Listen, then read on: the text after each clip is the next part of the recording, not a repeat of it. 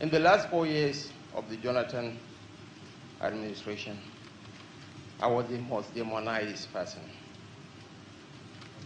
I was the public enemy #1. And there are two gentlemen seated here. Certain decisions are taken in a very rare peace cycle.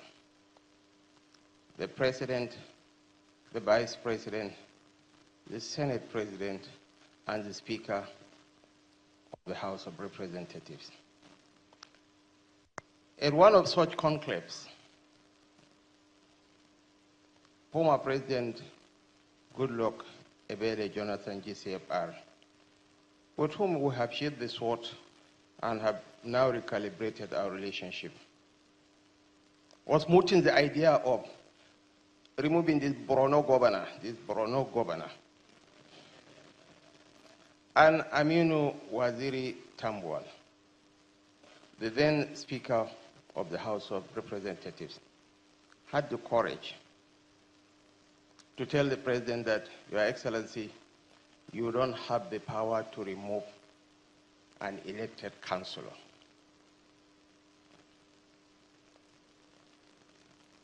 The President was still not convinced.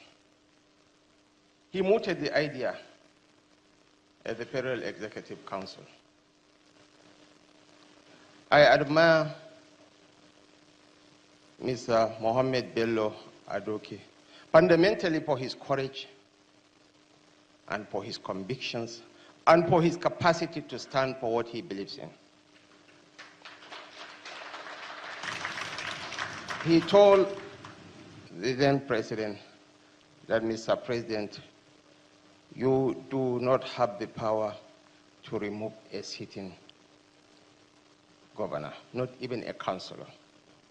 They sought for the opinion of another SAN in the cabinet, Kabiru Turaki, who said, I am concurring with the opinion of my senior colleague. That was how the matter was laid to rest, but that was how my relationship with Mr. Bello Adoke and Aminu Waziri Tambuwal became eternally sealed.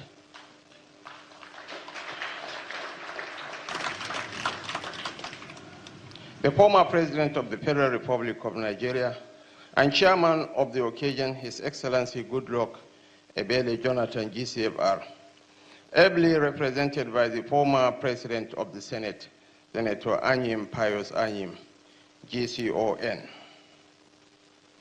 Former Senate President, who is conspicuously absent, he has left since then.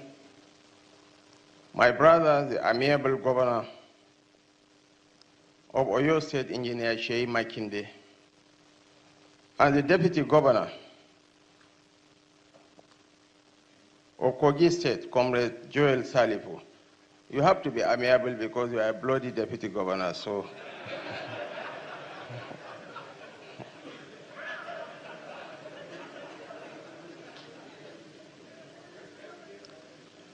Members of the National Assembly present here, most especially Senator Aliu Ahmed Wadada, Chairman, Senate Committee on Public Accounts, and Senator Kaka Shehu Lawan, who succeeded me as the Senator for Borno Central. The Attorney General of the Federation, ably represented by the Solicitor General and Permanent Secretary of the Ministry, Mrs. Beatrice J.D. Akbar. I prepare to call it Beatrice. This is how we Northerners call the name. Beatrice J.D. Akbar. The Ambassador of Italy to Nigeria, His Excellency Stefano De Leo. The game changer, is he still around? No, the game changer has left. But the infant terrible of the Nigerian Governors Club, hate him, love him, but you can't ignore him. Nasiru Ahmed El-Rufai, former governor of Kaduna State, and the pious-speaking leader of the Concosia movement, Dr. Rabiu Musa Konkoso. When are we celebrating your 70th birthday? Because your friend just celebrated his own. My father, Justice C.D. Baje, the Emir of Lafia, my brother, JFK, John Kayode Payami, the former governor of Ekiti State, my friend, my brother, the governor of Kwara State, former governor of Kwara State, Abdel Fattah Ahmed, special advisor to the president on policy coordination, we call her the head girl, Hadiza Bala Usman, special advisor to the president on general duties, office of the vice president, Dr. Aliu Modibo Umar, the author of the book, former attorney general of the Federation and Minister of Justice, Mohammed Bello Adoke, CFR, SAN, former Minister of Information, Alhaji Lai Mohammed, heads of government agencies and parastatals, J.D. Akbar. I told you I a sheikh, a modern sheikh, when I saw you with a turban when I came in.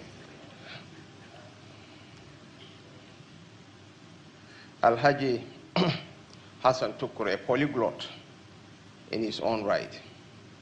Ndudi, Elumelu, Mahesh, so many, which reflects the eclectic crowd of friends that Mohammed Bello Adoke maintains.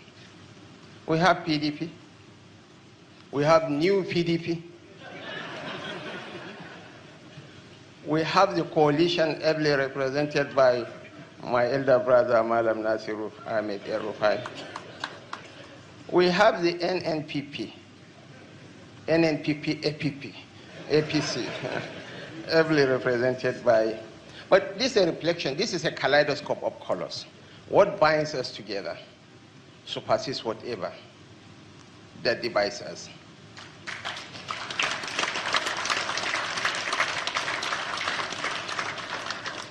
Former IGP MD Abubakar is a PDP man. So also is Senator, oh, okay, let me say sympathetic to PDP. We are all one. I have the best of relationship with him, in spite of our minor political differences. And of course, Senator Dagash, I believe you, are you in ADC or APC or PDP? Only God knows where you belong to. Distinguished ladies and gentlemen, Nigeria has endured the silence of too many who left public service with their stories sealed in the vaults of memory. Our public service is a territory governed by silence. There is silence to preserve relationships. There is silence to protect secrets too delicate to disclose. And there is silence for memories we would rather forget. As a generation of leaders, we must summon the courage to document our journeys. Our host today, my friend, my brother, Mohammed Bello Adoke, is a stranger to neither storytelling nor public scrutiny. He is, first and foremost, a lawyer, and a very prominent erudite lawyer for that matter. His new book, OPL 245, The Inside Story of the 1.3 billion oil block, is a recollection of events that still stir debate. These debates unfold in boardrooms and newsrooms. They echo through political cycles and around dinner tables. In his own words, he was blooded but unbowed. This is a sentiment familiar to anyone who has walked the corridors of power in this country. So I must say this without equivocation. Each of us who has had the privilege of serving this country or the people an account of our stewardship. Our stories are not ours alone. They belong to the nation. They belong to history. We must never forget that public service is, in the end, a life lived on the dock in the court of public opinion. Your Excellencies, distinguished ladies and gentlemen, there is no doubt that those named in this book will tell their own side of the story. That indeed is how history finds its balance. Every witness must speak. Every accused person must speak. Every participant must speak. And as they do, we are reminded of the sobering truth. Life itself is a litigation with no end.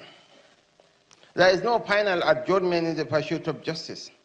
There is no permanent discharge in the reckoning of history. We have always been summoned, not by a judge, but by conscience and by posterity. This book, therefore, is an access card to the next phase of hearings in the court of public opinion. The pages of this work will inspire debates. They will provoke rebuttals.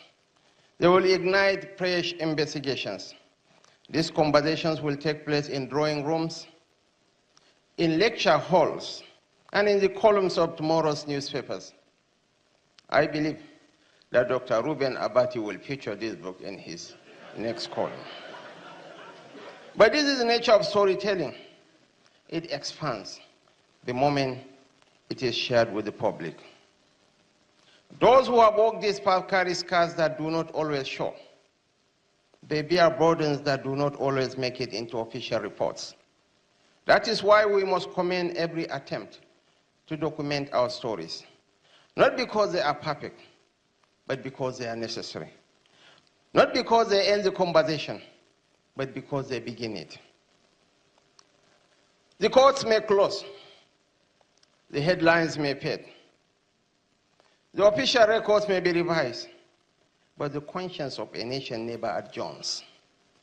In that eternal courtroom, we are all on trial.